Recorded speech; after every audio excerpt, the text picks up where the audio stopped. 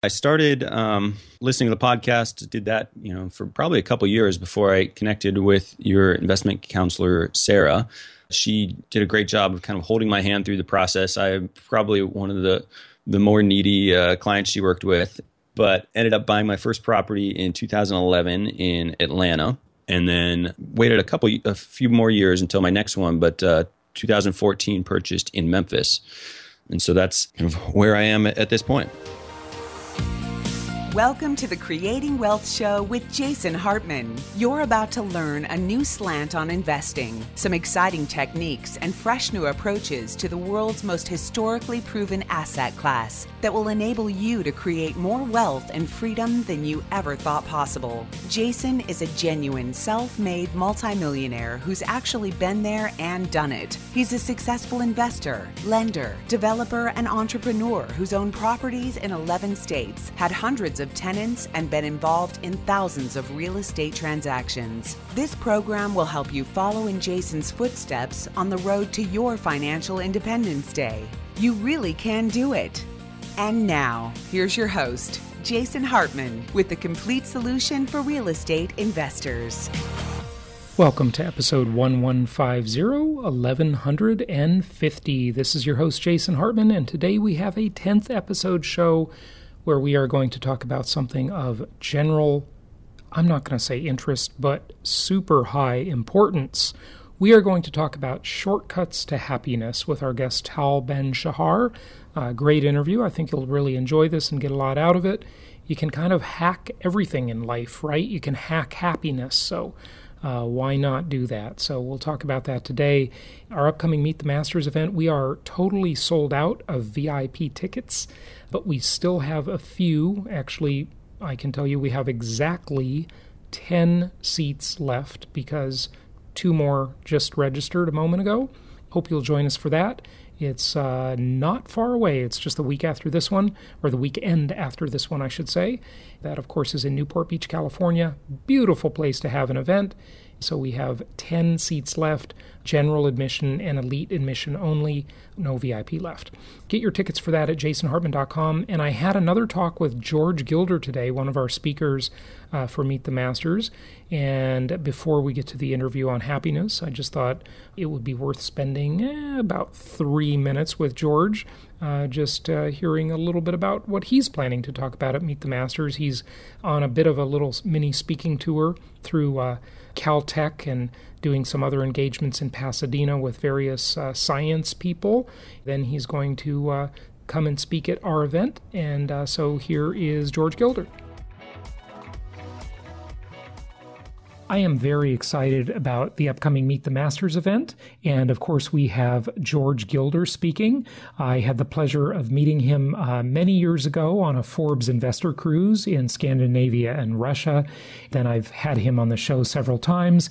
George, it's great to have you on the speaker roster at Meet the Masters. We really look forward to it. Tell us about the new economic theory that you're working on. It's really based on information theory. This is the theory that underlies the entire internet, most of computer science. It originated with Kurt Gödel's incompleteness theorem, where he showed that every logical system is necessarily dependent on propositions that are not provable within the logical system. And Alan Turing extended it to computer science and said that all computers are necessarily dependent on outside oracles or essentially programmers.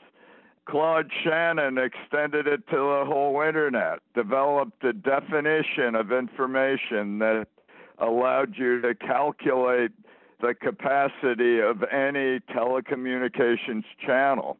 And Shannon also showed that his information theory was applicable to biology. And that's cued me to the idea that if it's applicable to all communications and computer technology, it certainly was the foundation for an economics that had real scientific roots rather than the somewhat speculative Keynesian theories that tend to prevail today. Very interesting. So this is a new economics based on information theory, and it's being explored at the London. I just got a communication from the London Mathematical Laboratory, which is an economics think tank in London, very influential with the Santa Fe Institute and other pursuits. And they're pursuing the information theory of economics, and they've discovered knowledge and power, which was my first book in that field. You have such a fascinating history. I mean, as a speechwriter were you a speechwriter for Reagan, I believe? Sort of. I mean, I helped write his acceptance speech at the Republican convention, and wealth and poverty was such a success at that point that I really couldn't afford to write speeches. I had to give speeches. Yeah. And I gave hundreds of speeches for wealth and poverty and became President Reagan's most quoted living author. I remember that. Yeah, that's fantastic. And I introduced President Reagan to microchips. And my cousin, Josh Gilder, wrote the Moscow State University speech. And that really began with me showing President Reagan a 64K DRAM from Micron Technologies and explaining the capability of semiconductor technology, microchip technology, and how it could enable a really successful strategic defense initiative. Isn't that amazing how much things have changed since the 80s and the talk of SDI? And hey, now we've got Trump talking about a space force, a new division of the military. So it's an amazing world. But George, I can't wait to hear you speak at our upcoming event. It's going to be great. You're going to be talking about the big tech companies, namely Google, how that sort of new relationship with us is changing, and how you theorize that Google is now at the height of its power. That's fascinating. I hope you're right about that, by the way. And the information theory of economics. So I can't wait to hear more. And right before that, you have a bunch of meetings and interviews and speeches at Caltech in Pasadena, right? Right. Yeah, good. That's where I come to Newport Beach indirectly from Pasadena and Caltech. Well, we look forward to seeing you in just over a week. Thanks again for joining us at the upcoming Meet the Masters. Well, thank you so much, Jason, for the invitation. It's really exciting to meet the Masters. So we will look forward to seeing all of you at Meet the Masters of Income Property, our 21st anniversary of this event. And by the way, if you tried to book a hotel room, the hotel room block closed, but if you talk to your investment counselor, they might be able to get you an exception. I know they were able to do that for one of our attendees just yesterday. So, reach out to your investment counselor for that. The event starts at 9 a.m. on Saturday morning. That's when our conference begins. So registration at 8:30. We may open up an early registration on Friday evening. We haven't made the decision on that yet, just to sort of lessen the strain on Saturday morning. But I think we'll be a little more organized than we were last year on Saturday morning, so it should be fine. Come down, have a cup of coffee, network. We start registration at 8:30 on Saturday morning, and then we go till about 6 p.m. We'll take a break for 2 hours for dinner, and then we will have our band, and we'll have a concert on a Saturday evening from about 8 to 9:30 or so. And then we got to get you all to bed so you're bright-eyed and bushy-tailed on Sunday morning, where we start again at 9 a.m., networking at 8:30 a.m., and we go to about 6. So look forward to seeing you there in Newport Beach. But without further ado, let's get to our 10th episode show and talk about shortcuts to happiness. Join us March 23rd and 24th for the 2019 Meet the Masters of Income Property. Let's break this down and look at some of the strengths of income property as an asset class. I found that this event is really helpful because I'm totally a newbie to real estate investment, and so I picked up so much information. One of the great things about it is that it's so fragmented, right? Embrace the fragmentation. I've actually been learning a lot about tax benefits to real estate, and I've been investing actually well over 10 years now, and I learned a lot of new things today. The other advantage of this weekend is networking. Meeting new property managers, meeting new area specialists, and seeing the product they have to offer. That changes year by year. Register now at jasonhartman.com/masters. It's my pleasure to welcome Tal Ben-Shahar. He is the co-founder of the Happiness Studies Academy and Potential Life, the New York Times bestseller of Happier, Learn the Secrets to Daily Joy and Lasting Fulfillment, and Choose the Life You Want, 101 Ways to Create Your Own Road to Happiness, and his newest book, Shortcuts to Happiness, Life-Changing Lessons from My Barber. Tal, welcome. How are you? I'm doing very well, thank you. Good. It's good to have you on. So here is a subject with talk about broad, wide-ranging appeal, right? Who doesn't want to be happier, right? You actually participate in I think it's called the Happiness Summit. This is something, I believe, sponsored by the United Nations. And this is where we see all those rankings of the world's happiest countries, right? Yeah, so the United Nations for the past few years has looked into the happiest nations in the world. The findings are quite interesting. We don't find the countries we expect to be at the top there. So countries that regularly appear at the top are Denmark, Norway, and then Colombia and Israel and Costa Rica. And the interesting question is always why? Why these countries and not the wealthiest countries in the world? And I totally get that they're not the wealthiest. But before we address why are these the happiest, I'd like to know how they rate such a thing. I mean, it's a soft subject, right? It is. No, that's a very good and important question. You know, if you'd asked me this question 30 years ago, I would have had problems responding. Today, though, we have very good measures of happiness, some of them objective measures. We look at people's brains, we scan them, we know what a happy brain looks like, we know what a compassionate or a depressed brain looks like. While we mostly still today use questionnaires, there is a significant overlap, correlation between or among the different measures, the direct brain measures, other physiological measures, as well as the self-report. And you're talking about fMRIs, functional magnetic resonance imaging, exactly. Right? MRIs or fMRIs, PET scans, EEGs, they can all give us a hint. And what's very important when you do research is to use different methods, whether it's direct brain scans, whether it's self-report, whether it's other people reporting about levels of happiness. Mm-hmm.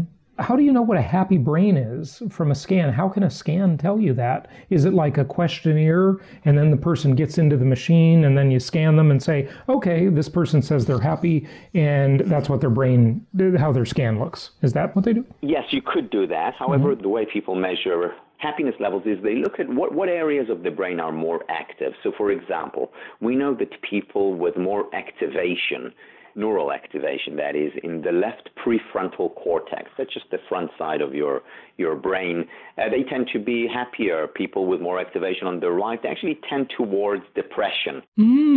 That's interesting. So what is activation? Does it just mean keeping oneself busy and engaged in life, or does it mean something else? No, it means that this place is working, that the neurons there are firing.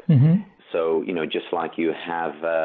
you work at something, neurons are also working. They're either on or off. And if particular neurons, particular area in the brain are working, well, that means you're happier or less happy or experiencing empathy or sadness. Okay, all right, go ahead. So the interesting thing about the finding about national levels of happiness is that there's only one thing that predicts happiness levels on a national level, and that is relationships. So countries that emphasize, where the people emphasize social connections, real relationships, where they prioritize it, these are the countries that are happiest. And again, these are interestingly, in Denmark, 93% of the population are members of social clubs. This is active members, could be in their church or sailing club or mahjong club. It actually doesn't matter, but they're active members. In countries like Israel and Colombia, countries you wouldn't expect people to be happy with, all given the political issues that these countries have had to endure. in these countries, friendships and family relationships are very important, are central to the ethos. And that's why they're among the happiest countries in the world consistently. In contrast, countries like the United States or the UK, Germany, Singapore, Korea are far from being at the top of the ranking because relationships very often are taking a back seat to other pursuits. Yeah. So are they taking a back seat to capitalism then? Not specifically to capitalism, specifically to success. Uh-huh. And, people don't realize, unfortunately, that it is possible to have the best of both worlds. So to cultivate relationships and to be successful. In fact, in the long term, if you do focus on relationships, you will have more fuel, more energy for the road ahead. Right. And those relationships also, from maybe a business perspective, represent networking and connections. And maybe they can turn out to do something for you in your career as well. But hey, I guess maybe to broach this subject, everybody needs to get rich enough and successful enough to be able to afford to join a country club, and then they'll be happy, right? Well, that's one way of looking at it. However, you don't need to be member of the most expensive country club. Right. Just having a nice dinner at your local diner with friends or at home, that generates just as much of what I've come to call the ultimate currency, which is the currency of happiness. Sure. Okay. So actually taking time for connection, drill down on that. There's got to be more to it, right? It's not just about connecting and having relationships. I mean, what else? Yeah, before I drill down, if I can go, from national level to individual level. Absolutely, so, Harvard conducted by now a famous study over a period of 75 years where they followed their graduates as well as community members for 75 years. For most of them, it was their entire life. And they collected literally millions of data points. And what they found was that the best predictor of both happiness as well as health, in other words, both mental and physical health, number one predictor, relationships. Now, the interesting thing about this, and this is where we can dig a little bit deeper, the interesting thing was that it didn't matter what kind of relationships, meaning for some of them it was a romantic partner whom they spent their life with. For others it was, family. For others it was close friends. For others it was business relationships. But these relationships were, here is the thing, they were real, they were authentic. And this is especially important in today's world. Unfortunately, 1,000 friends on social media are no substitute for those, one or two intimate, real relationships. In fact, it might be making you less happy because there's all kinds of studies, which I'm sure you are well aware of, that show that people that spend a lot of time on social media develop a lot of very envious traits, and it actually it deepens separation from people, oddly. It's sort of a double-edged sword. I mean, it is good, but like anything in life, right, it needs to be kept in its place, I guess. Yes. So Eric Kleinberg, who's at NYU, is a sociologist, has shown that the more time people spend on social media, the lonelier they in fact are. So that's one area, as you point out, that leads to unhappiness. The second element that you also point to is the social comparison. What do we see on social media? We see everyone being perfectly happy, right? With perfect job, perfect family, perfect vacation, perfect life, and we compare ourselves to it, and we fall short of that. And then this upward social comparison we engage in is making us miserable. But doesn't everybody know that? I mean, maybe it hits us at a different level, subconsciously versus consciously, right? Because I always like to say, we live in an era where everybody is basically running their own self-styled PR firm, and and it's pretty ridiculous. And talk about keeping up with the Joneses, it's worse than ever now. All the things people post, they sort of have a positive bent because people don't want to be negative, and heck, negative people aren't very attractive, right? So maybe we want to be attractive to each other and be positive about things, right? But the person who's looking at their news feed has to know, because they're probably doing it too. They don't just think, oh, everybody else's life is perfect and my life is lousy because I don't post stuff like that. I mean, I don't know. Yes, we know it on a conscious level. However, as Freud's metaphor is, the conscious is only the tip of the iceberg. Yeah, fair and enough. The subconscious is not doing that processing that you just went through. In other words, what's happening is that subconscious is thinking everyone is having an amazing time and I'm feeling miserable right now. That is the inner implicit conversation going on. And it's like...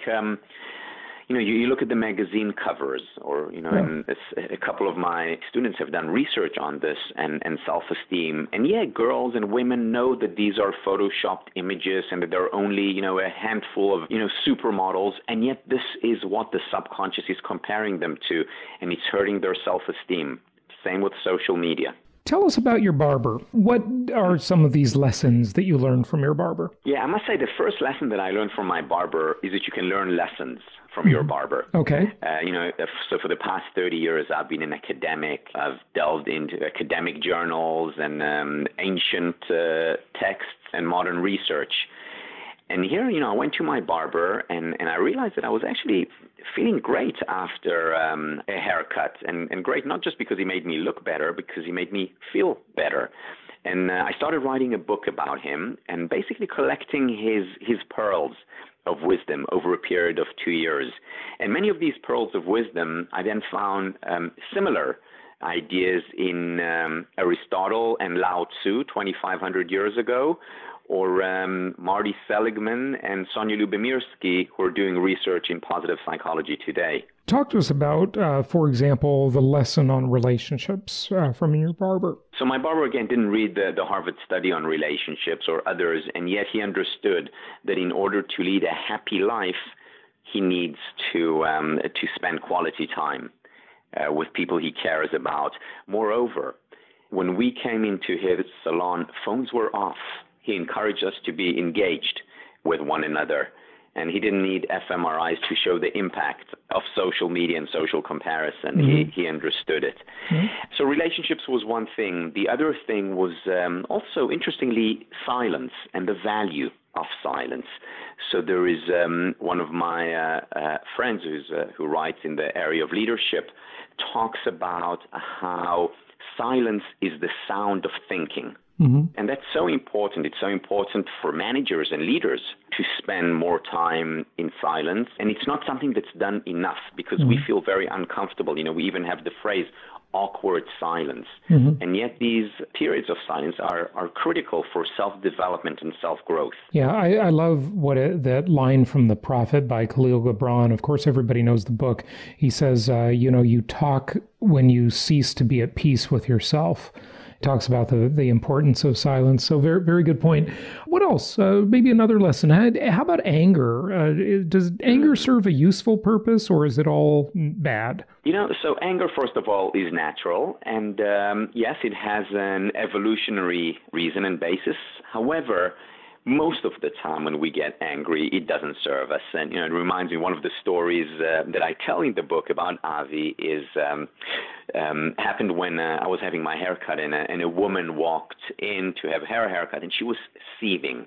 And Avi, the barber, asked her, what's wrong? And she said, I just got cut off by this idiot, and, I can't believe he did that. And she went on. And then he says, can I share with you what I do when I'm cut off? And she said, sure. And he said, if I'm waiting for a parking spot and the car comes out and I'm about to go in, but then an SUV comes in, cuts me off and takes my spot. What I do then is, and we were waiting for probably, I beat him up or something like that because Avi is a strong guy. He says, what I do is that I imagine that a cow just cut me off. Would you be mad at the cow, right? Yeah, and we said, what? And, both of us were laughing. And he said, exactly. Because if I think of a cow, I start laughing. I don't get angry. Now, this is a very simple technique that, by the way, I've been using ever since. And it's a technique where he didn't know it, but there is actually research showing that we can't experience two conflicting emotions at the same time. So I can't experience amusement and anger or empathy and hatred at the same time. And then what happens when you think of a cow and you experience amusement, you're no longer angry at it and at that person. And it's not worth being angry at the person. And we can use this in a work situation when we're with a client who's upsetting us. Or we can use it with our children when they upset us, or our partner. So it's a very simple and useful technique. Think of a cow cutting you off. Yeah, okay, right. Well, just the other day last week, a giant, and I mean giant, and forgive me if I get it wrong, but I guess it was an iguana. I don't know, this huge prehistoric looking creature cut me off on the road, and I had to wait for it to walk by. And it was a scary, ugly looking creature. But, you know, I took a picture of it and thought, ooh, and I moved on. I didn't get mad. If that was a person, I might have, I admit, I was in a rush when it happened. And, you know, I'm in Florida, so we have that kind of thing down here. And I would have probably, if nothing else, sort of slapped my hand on the steering wheel. Like, what is this guy doing? You know? So yeah, that's a good point. The cow is a good one. All right. What else? Maybe another topic area from your barber. Sure. So one of the things that he often would talk about is raising children, and then he would bring it to the level of business as well. And one of those things was praise. Now, it's very important, of course, to praise children. It's important to praise our partner. It's important to praise our employees. And yet how we praise them is even more important, because there's research. Again, he didn't know about this research. He does this intuitively. There's research by Stanford professor Carol Dweck on praising. And what she shows is that when we praise children, for example, for how smart they are or how beautiful they are, that's actually unhelpful in the long term. Why? Because if I'm praised for how smart I am, all I have to do is protect my self-image, and then I won't take any risks. And then I will not necessarily try. I will just try to avoid seeming not smart. In contrast, praising for effort, for hard work, that's helpful. It's helpful for children, and it's also helpful for employees. Because when I'm praised for hard work, I can always work hard. I can always invest. I can always work harder, or usually. And that's helpful. And when I saw him, praise his children for their effort rather than for their accomplishments or how beautiful or how smart they are, that was an important reminder of this research by Carol Dweck that can really make a difference. But are you praising them for real effort, or is it more like the concept of the participation trophy? And, I got to, maybe I'll play devil's advocate here for a moment, but it almost seems to me like we have in many ways ruined a generation. And I'm talking about the millennials, maybe the Gen Z after them too. Probably every generation thinks this about the one that comes after them to some extent. But we have just catered to these kids. We have made them feel good. We have told them they're great. And, a lot of them just aren't that great. Okay? They're really not putting forth a lot of effort. There are a lot of spoiled brats out there who do not exert themselves, they're not rigorous with themselves at all. I mean, it's like, does everybody just deserve a compliment all the time and, an award for just showing up? I mean, that sort of leads to the world owes me a living type of attitude, doesn't it? I couldn't agree more. I think this is a huge issue. It's a huge issue with the young kids, and then obviously it spills over to the workplace later on when they leave home. Praise has to be, first of all, it has to be real. Mm-hmm. If there was no effort, then obviously don't praise for effort. They asked Jack Welch, and I remember reading this article back in 2000 when he was elected as the CEO, the manager of the 20th century. I think it was Fortune magazine. He was asked, what advice do you have for managers? And he said, my advice is learn to face reality. And if parents don't teach their children to face reality, then they're setting them up for failure. Failure in the conventional sense, also emotional failure in the ultimate currency. Parents' role is to be a mirror, to reflect reality for the children. So absolutely, first of all, based on reality. Then if there was effort and success, focus on the effort. Right. Okay. So I guess maybe the key to that is whether it be your friend, your partner, your kids, employee, whatever, be sensitive enough to find the areas, and maybe it takes some effort, right, where they really are making an effort and then make the praise real. But don't just arbitrarily do it because, in a sense, that's lazy on our part, isn't it? When we're just sort of arbitrarily saying, oh, you're making such a great effort when they're really not, right? Yes, it's lazy, and it's also, it's the easy way out because, kids enjoy it, certainly in the short term when they're told they're good. But in the long term, we're really hurting them, and I see it so often. I see it with my students. I see it with also the young working adults. Yeah, absolutely. Okay, let's talk about a couple more questions here just before we wrap it up. Is happiness a currency? Yes, it is a currency by which we take measure of our life, whether we do it consciously or not. If you give someone $1 billion, but $1 billion, and these are Martian dollars that you will never be able to actually use, then it's worthless. However, in the same way, money is only worth if it can be translated into happiness. If I told you, I will give you $1 billion now, but then you're guaranteed misery for the rest of your life. Now, if you actually believe me that that's true, you won't take those $1 billion because ultimately what you want is happiness. So the reason we want money is because we truly believe that it will make us happy, again, beyond survival needs, of course. Right. And that's why I call happiness the ultimate currency, because it's the currency by which we ultimately take measure of our lives.